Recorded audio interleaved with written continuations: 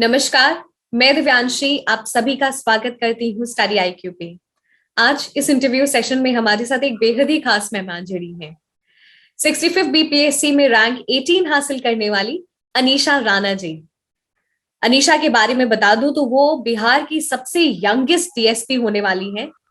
स्वागत है अनीशा आपका स्टडी आईक्यू पे। Thank you, ma'am. Thank you, Study IQ, for organizing this interview.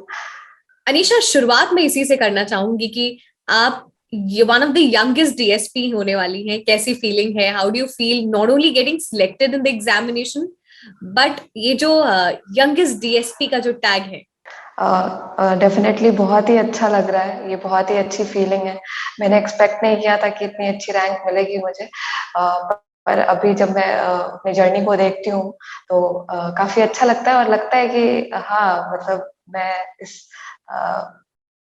Post के लिए थी लायक हमेशा से, और मुझे ये पोस्ट मिल गया है। अनीशा, जो जर्नी रही है वो हमारे साथ शेयर करें। कब आपने सोचा आपका ग्रेजुएशन, वो हमारे साथ थोड़ा सा शेयर करें। 2016 में मेरा 12th हुआ था और उसके बाद मैंने पटना वुमेन्स कॉलेज से ग्रेजुएशन किया, जो कि 2019 में कंप्लीट हुआ। तो मेरे फादर जो थे वो खुद अपने टाइम पे एक एस्पिरेंट थे। उन्होंने 2 बार इंटरव्यू दिया बीपीएससी का, पर समहाउ उनका सिलेक्शन नहीं हो पाया। तो उनका ये सपना था और मैं चाहती थी कि मैं भी इसी फील्ड में जाऊं, क्योंकि मेरे फादर इस फील्ड में जाना चाहते थे।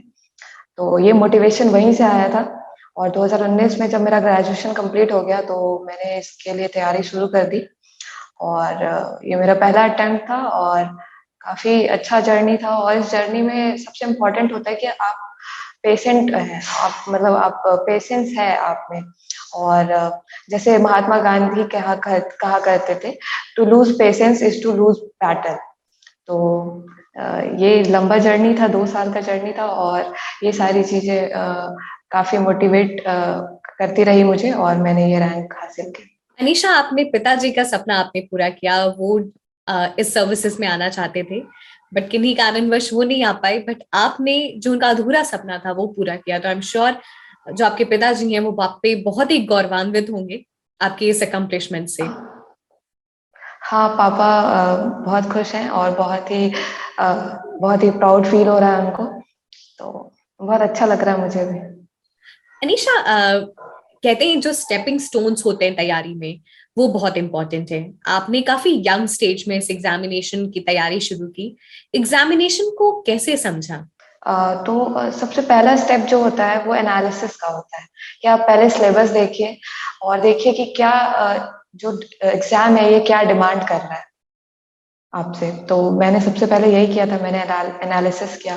फिर मैंने प्रीवियस ईयर सारे क्वेश्चंस देखे, तो मुझे पता चला कि बीपीएससी में क्वेश्चंस रिपीट होते हैं कुछ, और मुझे क्या क्या पढ़ना है और किस तरह सिलेबस को कंप्लीट करना है। तो ग्रेजुएशन के बाद बस मेरे पास 3-4 महीने का टाइम था।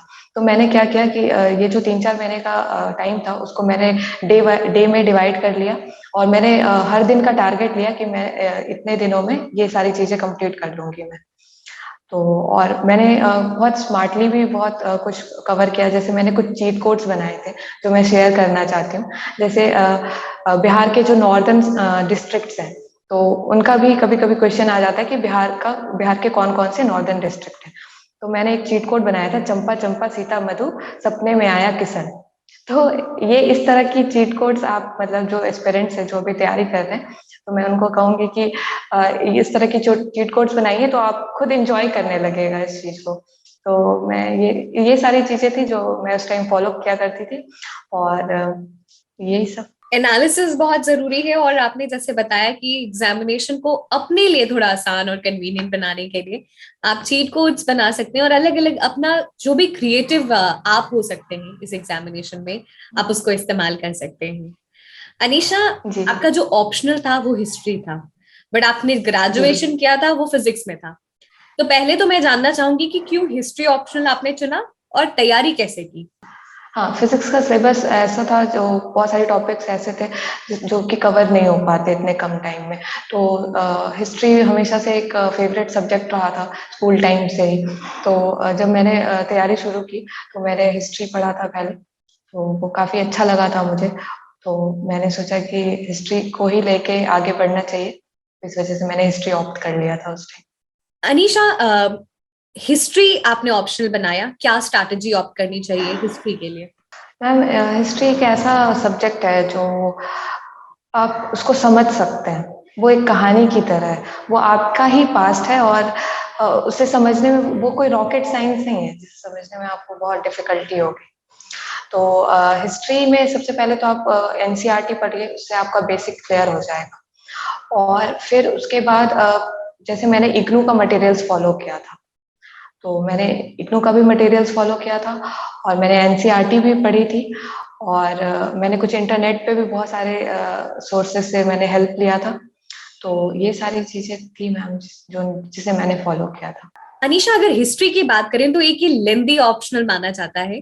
किन खास बातों का ध्यान रखना चाहिए जब कोई हिस्ट्री को अपना ऑप्शनल बनाता है, क्योंकि ऑप्शनल के साथ एग्जामिनेशन में एक पैरेलल कमिटमेंट बहुत जरूरी है।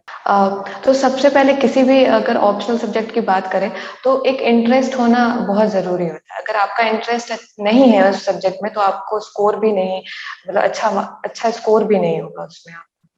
तो इंटरेस्ट बहुत मैटर करता है, और हिस्ट्री जैसा आपने कहा कि बहुत लेंदी है, बहुत वास्ट है, तो पर मैम वो लिंक्ड भी है। जैसे एंशियंट लिंक्ड है मिडिएवल से, मिडिएवल लिंक्ड है मॉडर्न से।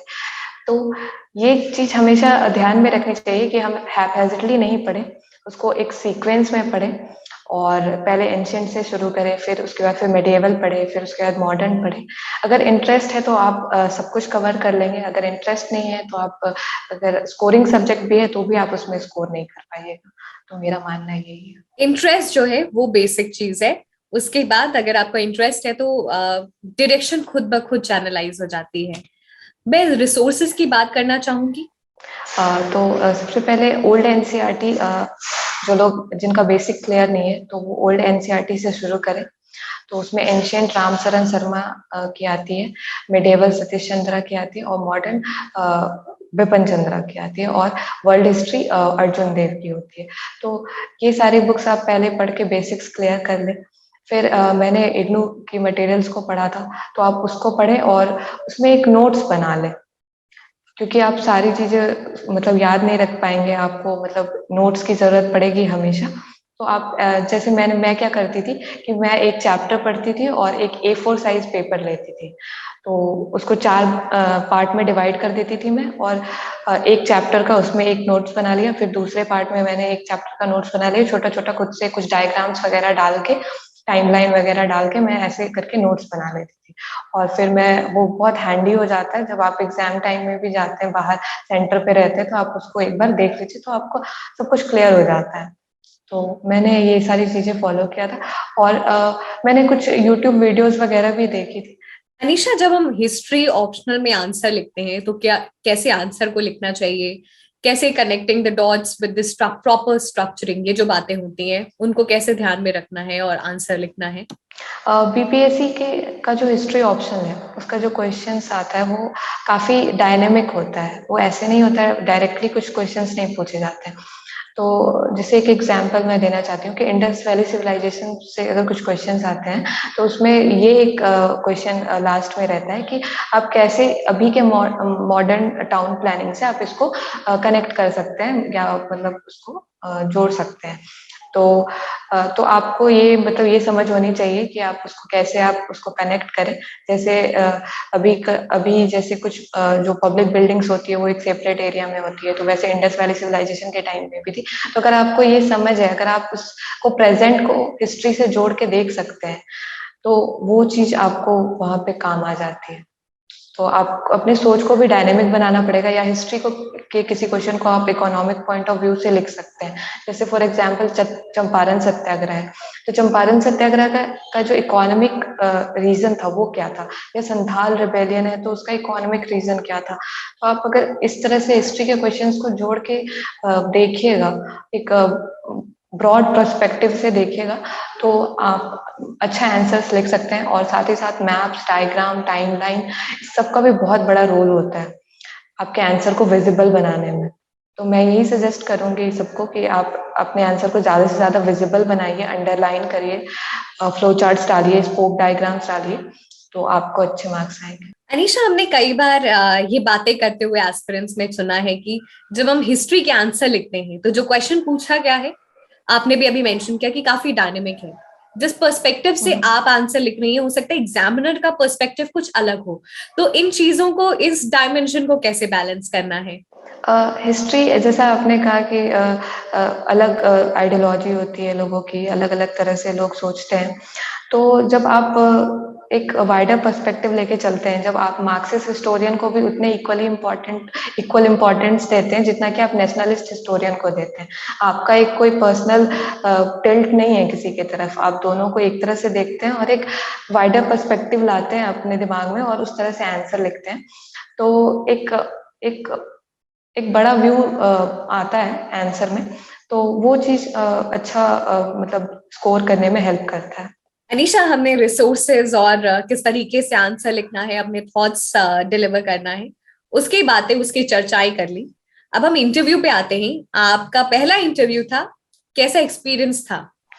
मेरा पहला इंटरव्यू था और काफी अच्छा एक्सपीरियंस रहा मेरा। और बहुत जो पैनल के जो मेंबर होते हैं वो काफी एक अच्छा एनवायरनमेंट होता है अंदर। वो लोग आपको ग्रिल करने के लिए नहीं बैठे हुए रहते, वो एक आपसे एक अच्छे अप्रोच की उम्मीद में बैठे रहते हैं कि आपका अप्रोच कैसा है, क्योंकि नॉलेज तो आपका चेक हो चुका है। तो अब आप किस तरह से चीजों को अप्रोच करते हैं, तो वो देखना चाहते हैं वो। तो मेरा काफी अच्छा एक्सपीरियंस रहा था। अनीशा, आप काफी यंग कैंडिडेट थी, तो ऐसा हमने कई बार सुना है कि if you are very young then panel is very soft to you और we are very polite to you. क्या आपके साथ भी ऐसा ही कुछ था? ये तो मुझे नहीं पता मैम, लेकिन मेरा एक्सपीरियंस ऐसा था जिसमें कि वो लोग बहुत पोलाइट थे। और जनरली सबके साथ ऐसा होता है या बस मेरे साथ हुआ, ये मुझे नहीं पता।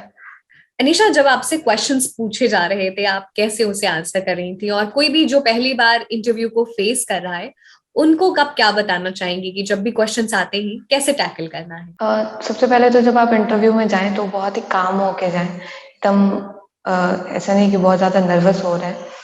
और जब आप जाएं, जब आपसे कुछ क्वेश्चंस पूछे जाएं, अगर आपको नहीं आता तो आप बहुत हम्बली उनको बोल दीजिए, sorry ma'am, I can not recall it. तो वो लोग आगे बढ़ जाते हैं और फिर आपसे दूसरा क्वेश्चन करते हैं। तो ऐसे ही बस अच्छे से काम होके बहुत ही हम्बल वे में उन लोगों को आंसर करना है। और ये हमेशा याद रखिए कि वो आपको ग्रिल नहीं करना चाहते हैं, अगर आप वैसा आंसर देंगे तभी आपको ग्रिल करेंगे। जब आपसे कोई क्वेश्चन पूछा गया है तो एक वेल बैलेंस्ड ओपिनियन कैसे वहां उनके सामने रखनी है? जैसे मुझसे एक क्वेश्चन पूछा गया था सिचुएशन बेस्ड, कि अगर आप डीएसपी बन जाती हैं तो आप क्या मतलब अपने जो आपके अंडर थाना रहेगा, आप वहाँ पे क्या क्या चीजें मतलब एश्योर करेंगे। तो मैंने उन्हें बताया था कि मैं ये जैसे अभी लोग पुलिस से इंटरेक्शन करने में डरते हैं, तो मैं ये एश्योर करूंगी कि लोगों और पुलिस के बीच में इंटरेक्शन स्टैब्लिश हो जाए। और जो अभी फ्रीवोलस केसेस दर्ज हो जाते हैं, जैसे आर्टिकल 66A है, उसके अंडर भी बहुत सारे केसेस दर्ज हो जाते हैं जबकि वो रिपील हो चुका है। तो मैं ये एश्योर करूंगी कि ऐसी चीजें ना हो। तो इस तरह से आपको एक अच्छा बैलेंस्ड वे में एक अच्छा आंसर करना होता है। और दूसरी बात, मेरे इंटरव्यू में ज्यादा क्वेश्चंस मेरे हॉबीज से रिलेटेड थे। तो जो भी एस्पिरेंट है, मैं उन्हें ये कहना चाहूंगी कि आप पढ़ाई के साथ साथ अपने हॉबीज को जरूर डेवलप करिए। क्योंकि जब आप एक थ्रेशोल्ड पे पहुंच जाते हैं पढ़ते पढ़ते, जब आपको लगता है कि अब नहीं हो पाएगा, तो आप अपने रिक्रिएशन के लिए क्या करते हैं, आप हॉबीज को परस्यू करिए उस टाइम। आपका जो हॉबीज है, आप उसको आर्ट, किसी को आर्ट पसंद है, किसी को स्पोर्ट्स पसंद है, तो आप वो करिए। एक दिन निकालिए हर वीक में जिस दिन आप अपने हॉबीज को मतलब फॉलो करिए। तो ये चीजें आपको बाद में हेल्प करेंगी। और स्टडी आईक्यू के वीडियोस ने मुझे हमेशा हेल्प किया है, चाहे वो करंट अफेयर्स का वीडियोस हो, तो अंकित अग्रवाल सर का इकोनॉमिक्स का वीडियोस हो। तो ये सारी चीजें मुझे हमेशा हेल्प किए, ये सारे वीडियोस। और बहुत सारे कॉन्सेप्ट ऐसे होते थे, जैसे न्यूज़पेपर में मैंने कुछ पढ़ा तो वो चीजें क्लियर नहीं हो पाती थी, तो मैं अंकित अग्रवाल सर का वीडियोस देखती थी। और काफी हेल्प हुआ है इस प्लेटफॉर्म से मुझे। Anisha, we are very glad कि हम आपकी सक्सेस स्टोरी का हिस्सा बन सके। सेशन के एंड में आ चुके हैं, कुछ फाइनल टिप्स आप देना चाहेंगी सभी एस्पिरेंट्स को? हाँ, कुंग फू पैंडा एक मूवी है जिसमें एक लाइन है, there is no secret ingredient, it's just you and it's always you. तो खुद पर बिलीव करिए और हमेशा फोकस्ड रहिए, और ये याद रखिए कि आपके पेरेंट्स जो हैं वो काफी स्ट्रगल कर रहे हैं आपके लिए, और मेक श्योर कि आप उनको प्राउड फील कराइए। और बस यही, और एक दिन आप भी बहुत अच्छे रैंक पे होंगे, और बस। अनीशा, एक बहुत ही पॉजिटिव और मोटिवेटिंग थॉट के साथ हम इस सेशन को एंड कर रहे हैं कि आपके पेरेंट्स आपके लिए बहुत कुछ कर रहे, आप उनके लिए करिए, इट्स योर टर्न। इसलिए मेहनत करते रहिए, जो भी सपने अपने लिए देखे उसको पूरा करिए। Thank you so much, Anisha, and the entire team wishes you good health and good luck.